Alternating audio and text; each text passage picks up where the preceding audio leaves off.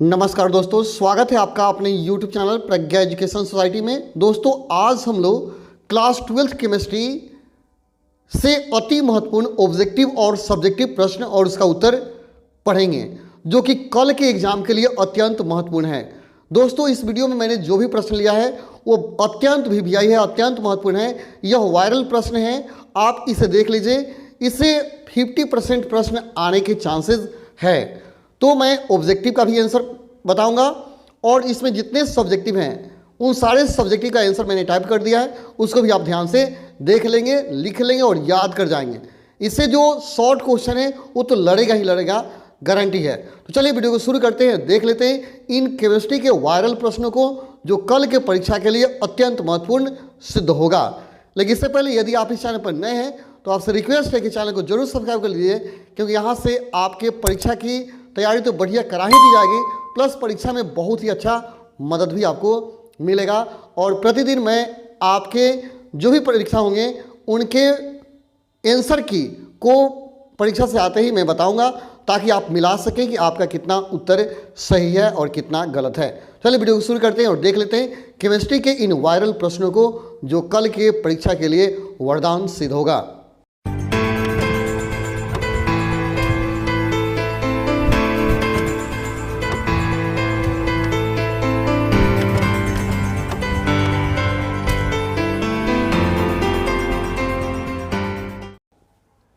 तो सबसे पहले हम लोग देखेंगे ऑब्जेक्टिव प्रश्नों को। मैं आपको 35 ऑब्जेक्टिव बताऊंगा जो अत्यंत वीवीआई है। आप देखते जाइए और याद करते जाइए। सबसे पहला प्रश्न है, घनाकार क्रिस्टल में ब्रेविस जालकों की संख्या कितनी होती है? घनाकार क्रिस्टल में ब्रेविस जालकों की संख्या कितनी होती है? तो आपका आंसर होगा 3। अगर कहता है केवल ब्रेविस जालक तो 14 होता है, ठीक है, और वहीं कहता है घनाकार क्रिस्टल में तो 3 होगा। ऑप्शन ए आपका सही होगा। अगला, सदृश परमाणु वाले एक फलक केंद्रित घनाकार इकाई सेल में चतुष्फलक रिक्तियों की संख्या कितनी होती है? सदृश परमाणु वाले एक फलक केंद्रित घनाकार इकाई सेल में चतुष्फलक रिक्तियों की संख्या कितनी होती है? तो इसका आंसर होगा 8 होती है। ऑप्शन ए सही है। अगला, इनमें कौन अर्धपारगम्य झिल्ली से निकल पाते हैं? इनमें कौन है जो अर्धपारगम्य झिल्ली को पार कर जाता है? ऑप्शन ए विलाय के कण, विलय के अणु, जटिल आयन या सरल आयन। तो आपका आंसर होगा केवल विलायन के कण ही अर्धपारगम्य झिल्ली को पार कर पाते हैं, बाकी कोई पार नहीं कर पाता है। अगला क्वेश्चन देखते हैं 4 नंबर। 234.2 ग्राम चीनी के घोल में 34.2 ग्राम चीनी है, तो घोल का मोलल सांद्रण क्या होगा? घोल का मोलल सांद्रण क्या होगा आपको बताना है। तो ऑप्शन होगा 0.5 मोलल सांद्रण होगा। आप इसे कैलकुलेट भी कर लेंगे, ठीक है। मैं फटाफट आंसर बता रहा हूँ, आप इसको लिख लेंगे और याद कर जाएंगे, बहुत ही इंपॉर्टेंट है करके परीक्षा के लिए। 5वां क्वेश्चन है, प्लैटिनम इलेक्ट्रोड का इस्तेमाल करके तनु H2SO4 का वैद्युत अपघटन करने पर एनोड पर कौन सी गैस मुक्त होती है? H2SO4 का अपघटन करने पर एनोड पर कौन सा गैस मिलेगा? ऑप्शन है H2S, O2, SO2 या H2। तो आपका आंसर होगा ऑप्शन नंबर बी, O2 मिलता है। एनोड पर O2 मुक्त होता है। अगला है सेल Zn और ZnSO4, यहाँ ए लिखा गया, यहाँ ZnSO4, CuSO4 और Cu का विद्युत वाहक बल 1.10 वोल्ट है, उसका कैथोड क्या होगा? इसका कैथोड क्या होगा? तो इसका कैथोड होगा आपका कॉपर, Cu इसका कैथोड होगा, ठीक है। 7वां है, जल में H2 plus Cl2 Surya Prakash 2HCl अभिक्रिया कोटि है, यानी यहाँ जल में लिखा गया है, यानी याद रहे H2 और Cl2 रिएक्शन करके सूर्य प्रकाश की उपस्थिति में 2HCl बनाते हैं। तो इस अभिक्रिया कोटि क्या होगी? इस अभिक्रिया कोटि क्या होगी? तो याद कर जाएं, यह शून्य कोटि का अभिक्रिया है। 2 नंबरिया में पूछता है कि शून्य कोटि का अभिक्रिया का उदाहरण दे, तो इसको याद कर जाएंगे, ठीक है। सूर्य प्रकाश में रिएक्ट करता है तो HCl बनाता है, यह एक शून्य कोटि का अभिक्रिया है। बहुत ही इंपॉर्टेंट क्वेश्चन है सब्जेक्टिव के लिए भी। अगला देखिए, चीनी के प्रतिलोमन से ग्लूकोज एवं फ्रक्टोज बनने की अभिक्रिया को निम्न प्रकार से दर्शाया जाता है। यहाँ ग्लूकोज फ्रक्टोज बनने के अभिक्रिया को दर्शाया गया है। अब यहाँ ऑप्शन दिया गया, अभिक्रिया देख लीजिए, यह अभिक्रिया है, यह किस प्रकार की अभिक्रिया आपको ये बताना है। ऑप्शन दिया गया द्वितीय कोटि का एक अणुक, छद्म एक अणुक या द्वितीयक एक अणुक। तो आपका आंसर जो होगा वह होगा छद्म एक अणुक, यानी यह जो रिएक्शन है छद्म एक अणुक है। अगला देखते हैं 9 नंबर, दूध है। दूध क्या है? दूध क्या है? तो आपका आंसर होगा दूध जल में परिक्षेपित वसा है, जल में परिक्षेपित वसा है। 9 का ये आंसर हो जाएगा। 10 देखते हैं, किसी गैस के ठोस सतह पर अधिशोषण की मात्रा निर्भर करती है। किसी गैस के ठोस सतह पर अधिशोषण की मात्रा किस पर निर्भर करती है? तो आपका आंसर होगा ऑप्शन नंबर डी, उपयुक्त में सभी, यानी गैस के ताप पर भी निर्भर करता है, गैस के दाब पर और गैस की प्रवृत्ति पर, तीनों पर निर्भर करता है, अतः सभी होगा। ऑप्शन डी आपका सही होगा। अगला, निम्नलिखित में कौन सी धातु प्रकृति में मुक्त अवस्था में पाई जाती है? कौन धातु मुक्त अवस्था में पाई जाती है? ऑप्शन है सोडियम, लोहा, जिंक या प्लैटिनम। तो आपका आंसर होगा प्लैटिनम मुक्त अवस्था में पाई जाती है। अगला, निम्न में से कौन सी धातु उसके अयस्क की अभिक्रिया सोडियम साइनाइड के तनु विलयन से कराकर प्राप्त की जा सकती है? यानी सोडियम साइनाइड के तनु विलयन से अभिक्रिया कराकर किसे प्राप्त किया जा सकता है, ये आपको बताना है। तो यहाँ आपका जो आंसर है वो हो जाएगा ए जी, सिल्वर को प्राप्त किया जा सकता है, सिल्वर को प्राप्त किया जा सकता है। अगला, अर्धचालक के रूप में उपयोग के लिए जर्मेनियम का शोधन किस विधि द्वारा किया जाता है? अर्धचालक के रूप में उपयोग के लिए जर्मेनियम का शोधन किस विधि द्वारा किया जाता है? प्रक्षेपण या क्यूबेलीकरण या वाष्प अवस्था विधि या निस्तापन। तो आपका आंसर होगा प्रक्षेत्र शोधन, प्रक्षेत्र शोधन द्वारा, ऑप्शन ए सही होगा। अगला, अस्थिर राख मुख्यतः है, यानी अस्थिर राख क्या है? अस्थिर राख का रासायनिक नाम क्या होता है ये बताना है। तो कैल्शियम फास्फेट होता है, कैल्शियम फास्फेट। यह फास्फोरस बनाने के लिए इसी का उपयोग किया जाता है, कैल्शियम फास्फेट का, ठीक है। गोताखोरी में श्वसन हेतु यंत्रों में किस गैस का मिश्रण प्रयुक्त होता है? गोताखोरी में श्वसन हेतु यंत्रों में किस गैस का मिश्रण प्रयोग किया जाता है? तो आपका आंसर होगा हीलियम और ऑक्सीजन के मिश्रण का प्रयोग किया जाता है, ठीक है। अगला, निम्न में संक्रमण धातु के संबंध में कौन गलत है? संक्रमण धातु के विषय में कौन सा इसमें जो ऑप्शन है गलत है? ऑप्शन दिया गया प्रतिचुंबकीय, अनुचुंबकीय, समन्वय यौगिक निर्माण, परिवर्ती ऑक्सीकरण अवस्था प्रदर्शित करना। कौन सा ऑप्शन आपका होगा? तो ऑप्शन होगा प्रतिचुंबकीय, यानी यह गलत है, प्रतिचुंबकीय नहीं होता है संक्रमण धातु, ठीक है। निम्न में से क्रोमियम में कौन ऑक्साइड प्रकृति में अम्लीय एवं क्षारीय दोनों होता है? क्रोमियम में कौन सा ऑक्साइड अम्लीय और क्षारीय दोनों होता है? तो याद रहे Cr2O3 अम्लीय और क्षारीय दोनों होता है, ऑप्शन ए आपका सही होगा। 18 देखते हैं, PtC2H4Cl3 में Pt की ऑक्सीकरण संख्या क्या है? Pt की ऑक्सीकरण संख्या आपको बताना है, वह क्या होगा? तो आप कैलकुलेट करेंगे, इसका +2 आता है, Pt की ऑक्सीकरण संख्या आएगा +2।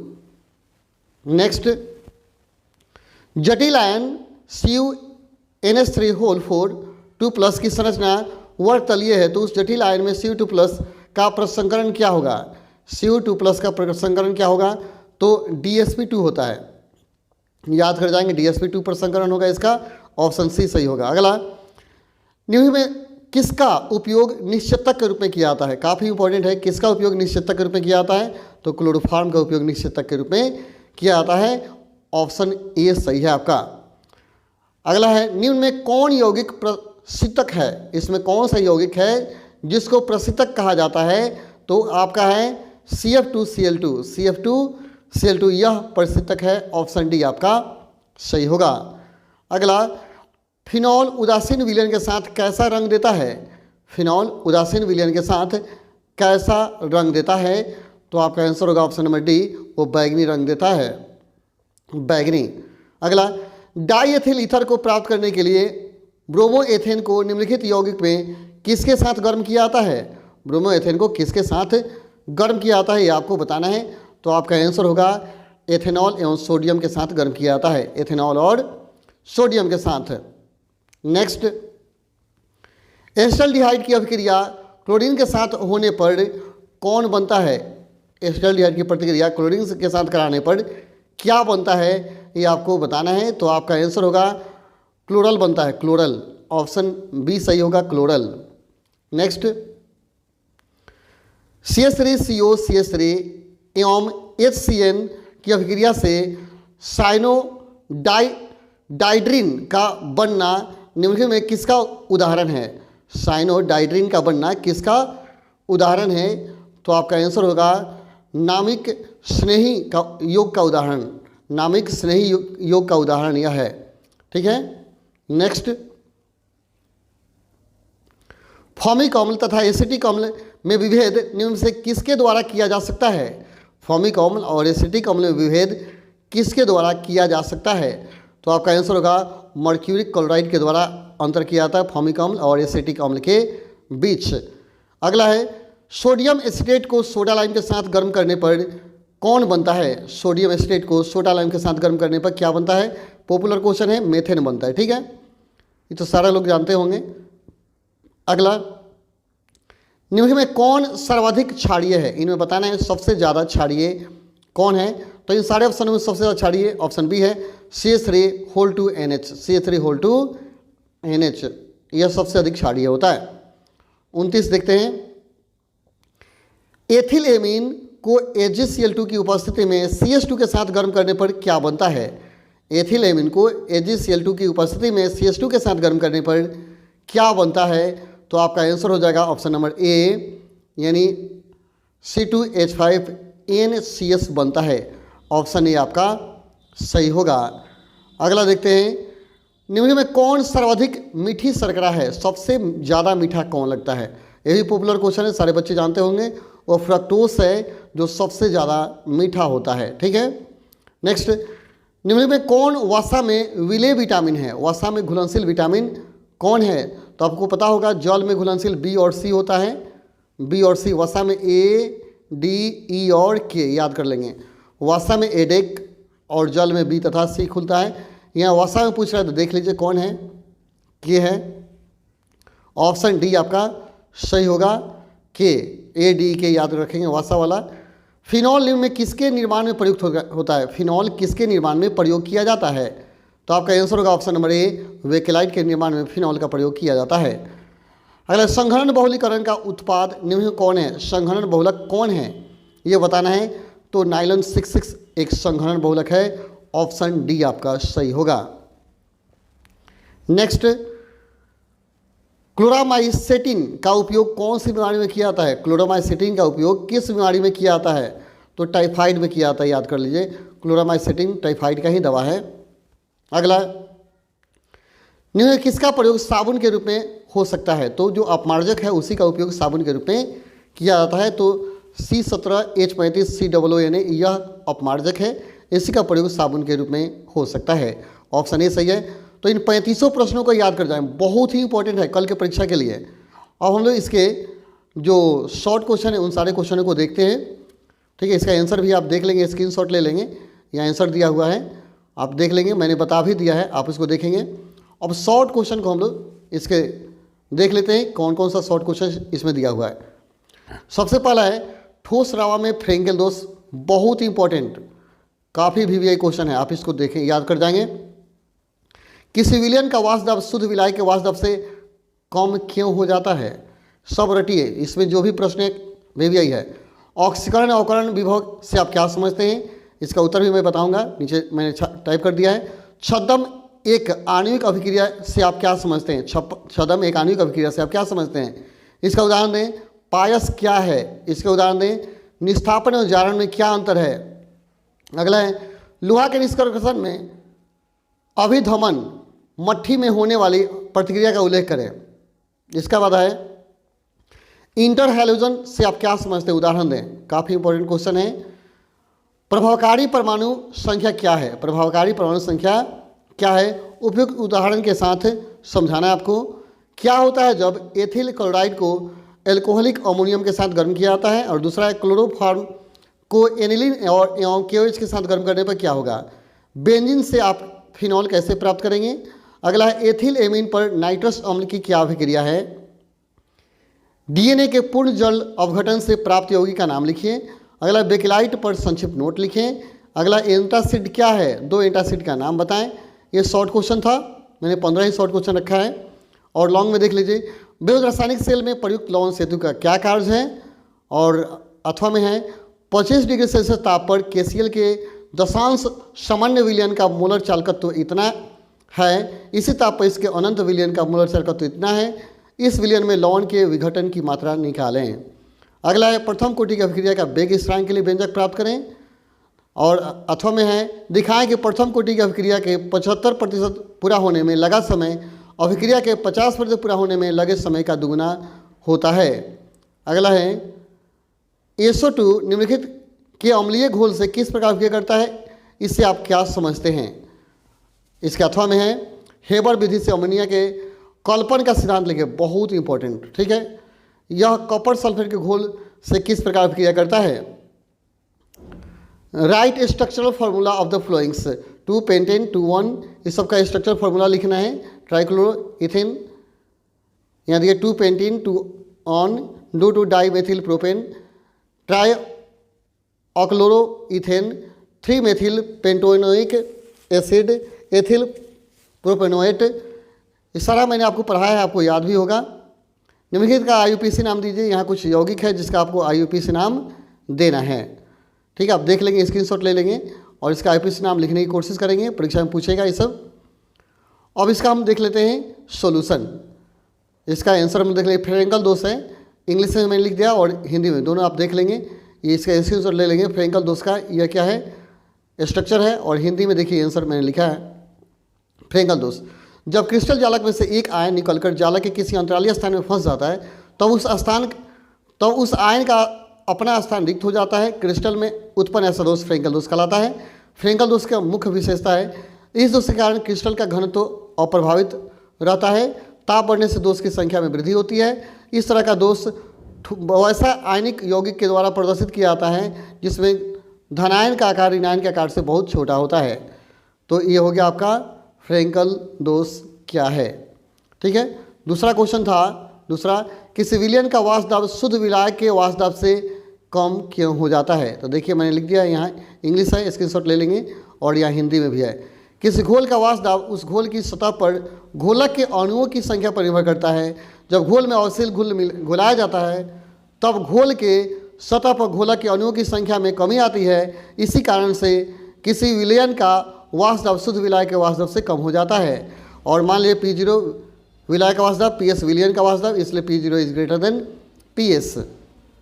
नेक्स्ट अगला क्वेश्चन था नंबर 3, देख लीजिए। 3 था ऑक्सीकरण एवं अवकरण में अंतर।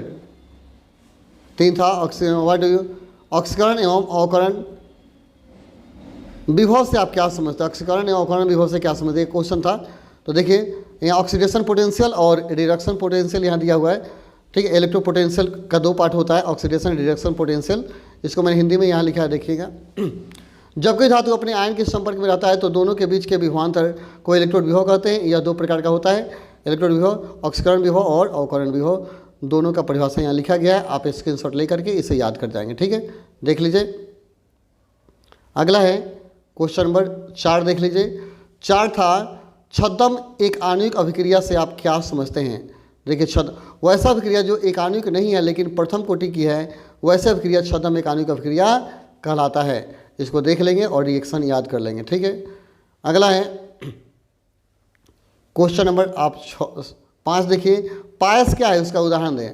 तो पायस वह कोलाइडी विलयन, देखिए पायस का परिभाषा है, वह कोलाइडी विलयन जिसमें परिक्षिप्त प्रवस्था और परिक्षेपण माध्यम दोनों ही तरह होता है, पायस कहलाता है। ये तेल का जल में पायस और जल का तेल में पायस, मैंने बहुत बार आपको पढ़ाया होगा, इसको याद कर जाएंगे, देख लेंगे। 7वां देखिए क्वेश्चन, इंग्लिश में भी लिखा है, आप देख लीजिए, स्क्रीनशॉट ले लेंगे। और जिनको जो इंग्लिश मीडियम वाला इंग्लिश में ले लेंगे और हिंदी मीडियम वाला हिंदी में, ठीक है। अगला क्वेश्चन, आप ये जो क्वेश्चन था, क्वेश्चन नंबर कितना है आप देख लीजिए। यहाँ नंबर है 6 नंबर क्वेश्चन है।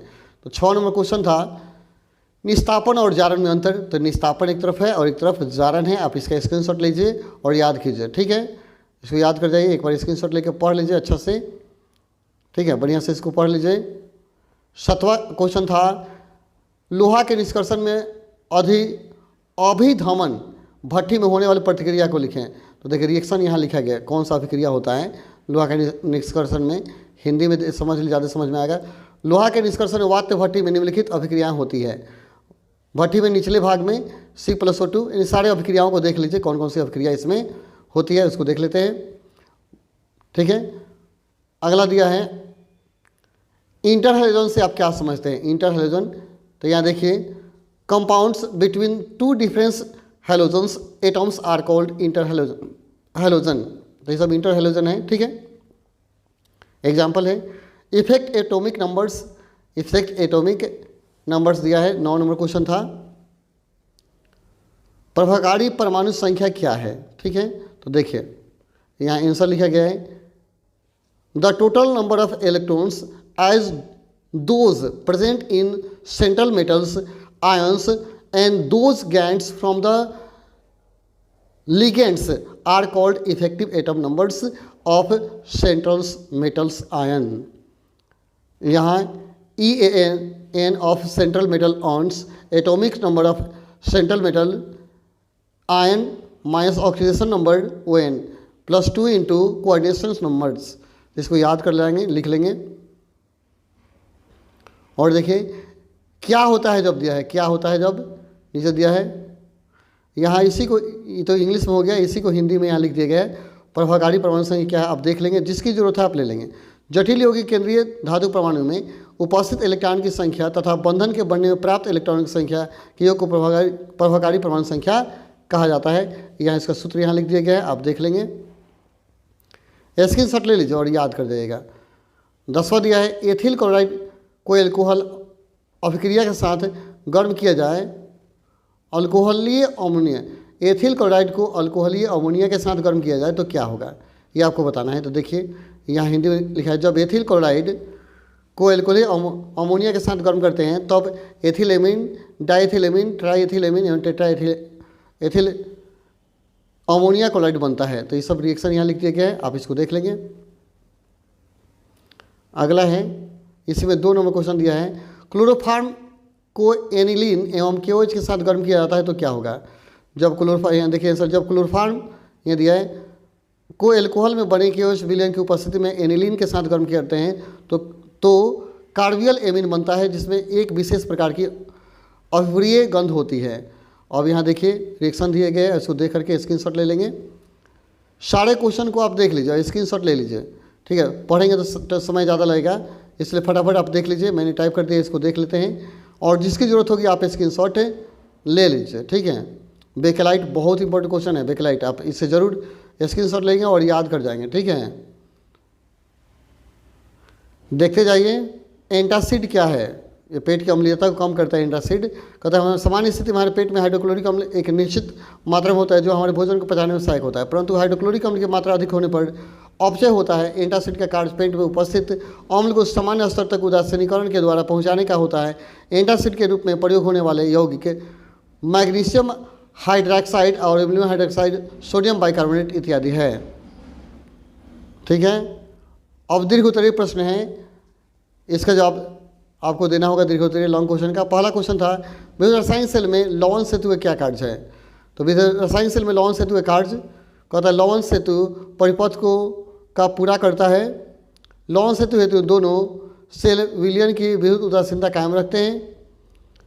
अब यहाँ देखिए विघटन की मात्रा,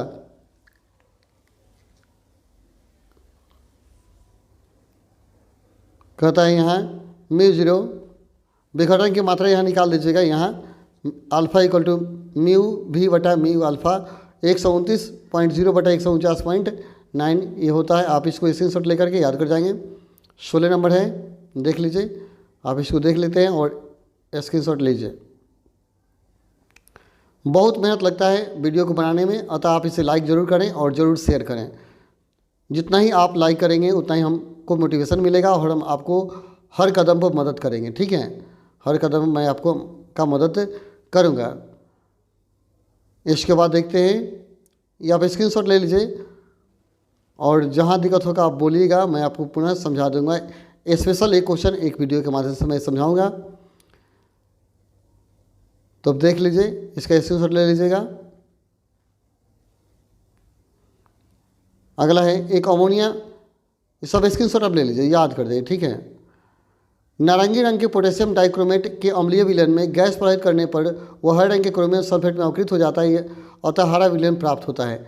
रीजन बताया गया है, यहाँ देख लेते हैं। 18 का जो 18 मेरा नाम दिया गया था और सूत्र लिखना था संरचना सूत्र, इसके सहायता से लिख लीजिएगा। देख लीजिए 4 पेंटीन्स 2 ऑन्स और 2 डाइमेथिल प्रोपेंस ये हो गया, ट्राइक्लोरोथेन्स ये हो गया, 2 मेथिल पेंटाक्लोरो एसिड ये हो जाएगा आपका, इथाइल प्रोपानोएट CH3CH2 COO C2H5 ये वाला हो गया। इसको देखिए, इसका ऑलरेडी अणु दिया है, उसका नाम लिखना है, तो यहाँ बगल में नाम लिखा गया, सबको आप एक बार पढ़ लेंगे और देख लेंगे, ध्यान में रखेंगे। तो केमिस्ट्री के जो भी महत्वपूर्ण क्वेश्चंस हैं वे सारे क्वेश्चन यहाँ खत्म हो जाते हैं। आप इन सारे प्रश्नों को जरूर देखिएगा और याद कर जाइएगा, क्योंकि सुबह से मैंने उन सारे इंपॉर्टेंट क्वेश्चन को आज खोजा है जो परीक्षा में पूछा जाता है। तो ये सारे प्रश्न बहुत ही महत्वपूर्ण है, आप जरूर याद कर जाइए, लिख लीजिए, क्योंकि कल की परीक्षा के लिए वरदान सिद्ध होगा। चलिए फिर मिलते हैं अगले वीडियो में, तब तक के लिए धन्यवाद। जय हिंद, जय भारत, जय मेरे प्रिय छात्रों।